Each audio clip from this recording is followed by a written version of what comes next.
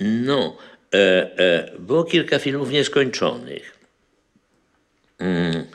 Ja jako prezes Stowarzyszenia Filmowców, wszystkie stowarzyszenia zostały rozwiązane, ale ja uważałem, że mam obowiązek pójść do władz kinematografii, do władz politycznych też i jakimś sposobem, przede wszystkim władze się zmieniły, dlatego że wszędzie pojawili się ludzie w mundurach. Nagle się okazuje, że kinematografią też rządzą jacyś ludzie w mundurach. No ale ponieważ to byli, ja czułem się odpowiedzialny za te filmy niedokończone, bo tym się najbardziej przejęłem, że te filmy są skazane, jeżeli miną miesiące, a może minąć i więcej czasu, że tych filmów już się nigdy nie da zrekonstruować produkcji i dokończyć tych filmów.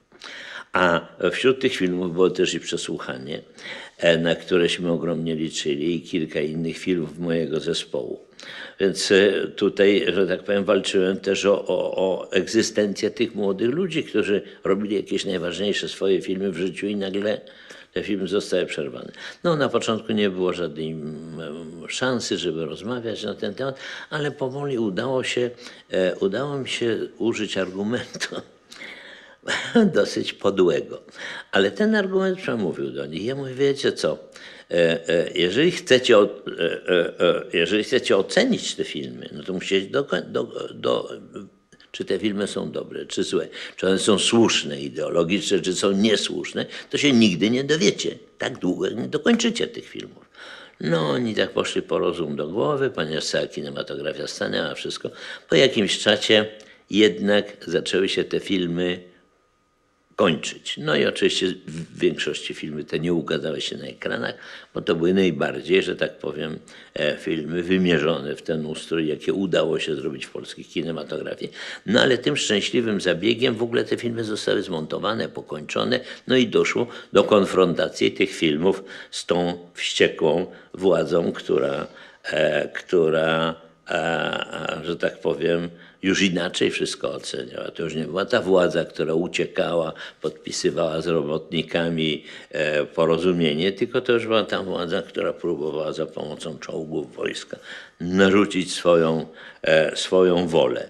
Sparaliżowało to totalnie cały nasz kraj. A jak dalece chciała bronić za wszelką cenę swojej pozycji, to najlepszy dowód, że na kolaudację filmu Przesłuchanie okazało się, że padły takie słowa, których nigdy nie znaliśmy i w ogóle to było nie do pomyślenia, żeby spalić negatyw filmu, czyli żeby nie tylko nie wpuścić go na ekrany, nie tylko zabronić oglądać go, tośmy znali ten zabieg, ale żeby zniszczyć negatyw tak, żeby śladu po tym filmie nie było, takie rzeczy jednak nie pojawiały się. No i pojawił się cała ta demagogia antysemicka, wszystkie, że tak powiem, cechy najgorsze tej partii,